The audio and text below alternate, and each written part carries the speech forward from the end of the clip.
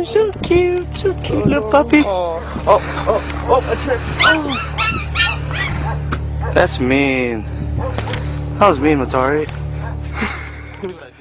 And these two are there's a combat action on top and overseas deployment.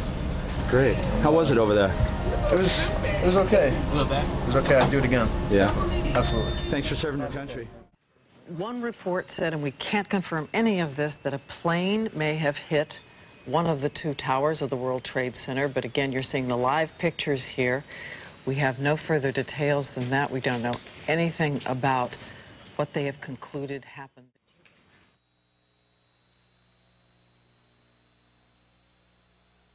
This is an ABC News special report.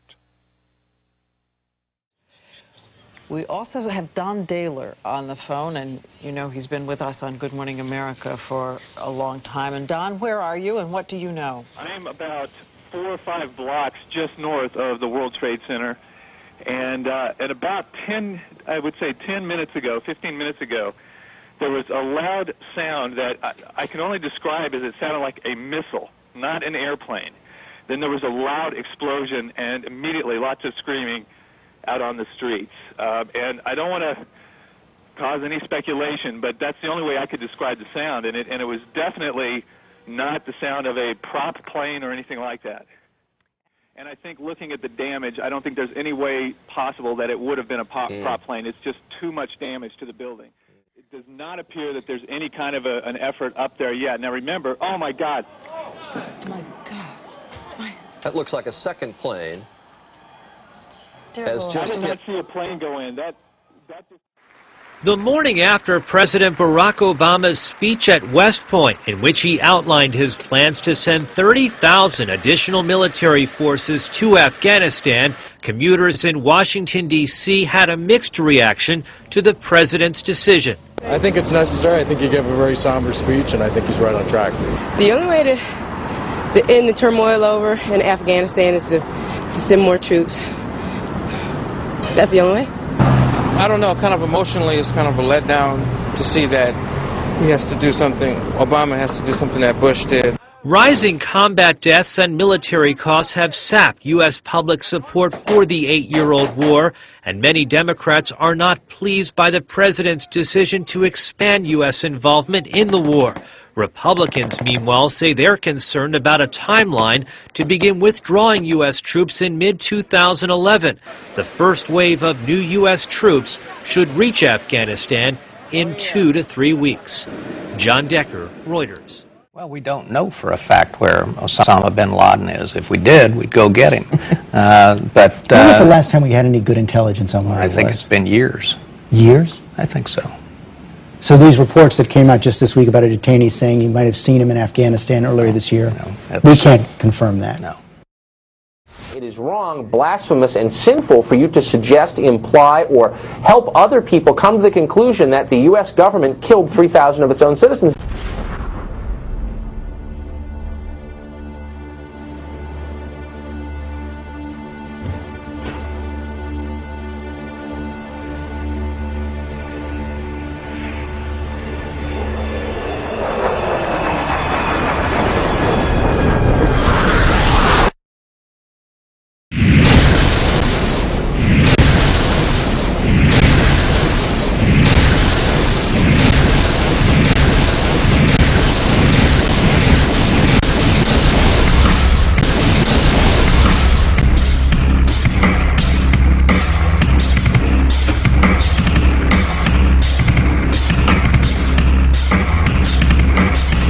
As if a demolition team set off when you see the old demolitions of these old buildings. It looks like one of those scenes of an old building being purposely dynamited and blown up. Anybody who's ever watched a building being demolished on purpose knows that if you're going to do this, you have to get at the under-infrastructure of a building and bring it down. The way the structure is collapsing, this was the result of something that was planned.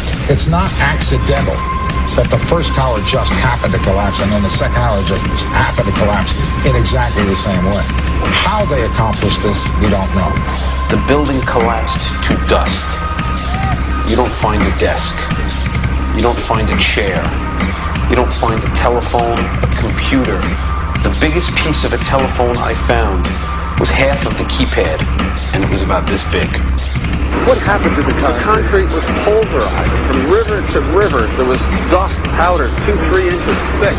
The concrete was just pulverized. Reminiscent of those pictures we've all seen too much on television before, when a building was deliberately destroyed by well-placed dynamite to knock it down. If it had detonated, they were planned to take down a building.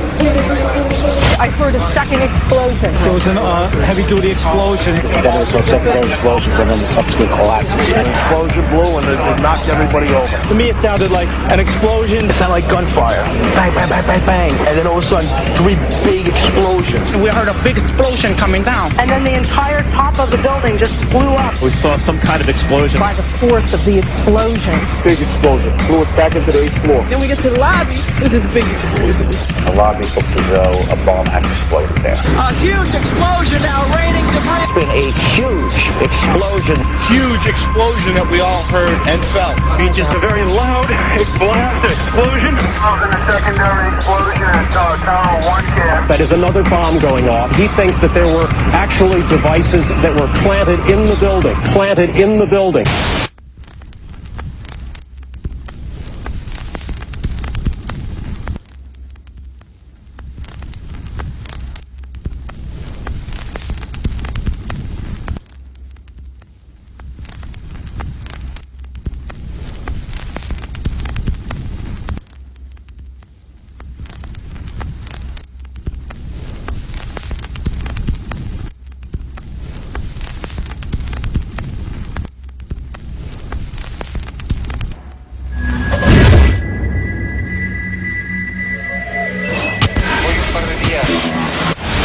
I don't think anybody could have predicted that they would try to use an airplane as a missile, a hijacked airplane as a missile. Nobody in our government, at least, and I don't think the prior government that could envision flying airplanes into buildings.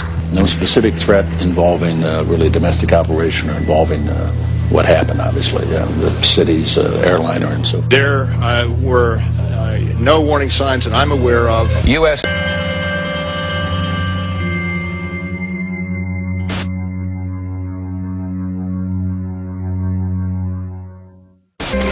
In confidential documents from the Philippines obtained by CNN, the plan was clear.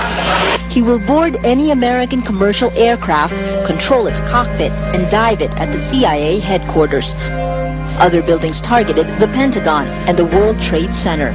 Security and counterterrorism was blinking red, in the words of George Tenet, that the warnings of an imminent attack were so severe that something dramatic should have been done. It was unparalleled. Instead, our president went on a month-long vacation.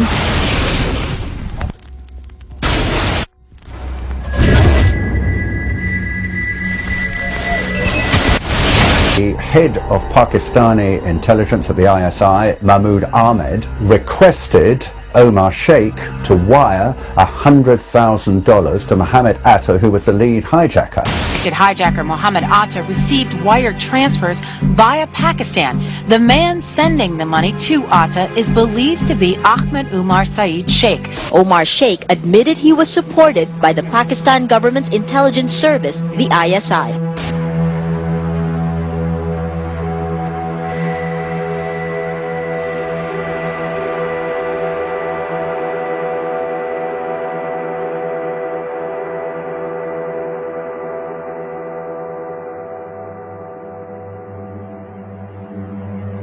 Although we are told that 4 or 5 of the alleged hijackers were on each of the flights. If so, their names should have been on the flight manifests. But the flight manifests that have been released contain neither the names of the alleged hijackers nor any Arab names whatsoever. We know that the men who were supposedly the hijackers had their houses, cars, credit cards paid for by the U.S. government. They were in truth agents. Evidence was threw the fireball through the side of the plane and comes down to the ground unscathed. But something happened. For 6 months they reported they had this passport. Boy, we've got it, we've got the proof. And then the guy stood up and was alive. Several of these 19 men are still alive.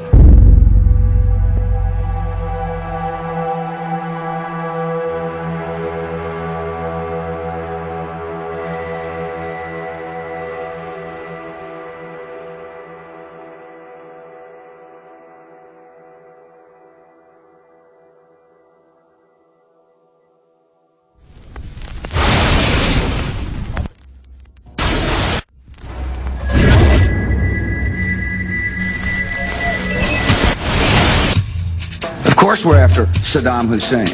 Bin Laden. He's January 2001. The Bush administration orders the FBI and intelligence agencies to back off investigations involving the bin Laden family, including 2 of Osama bin Laden's relatives, who were living, guess where, in Falls Church, Virginia, right next to CIA headquarters. When he was already America's most wanted criminal, he reportedly spent 2 weeks in the American hospital in Dubai, was treated by an American doctor, and visited by the local CIA.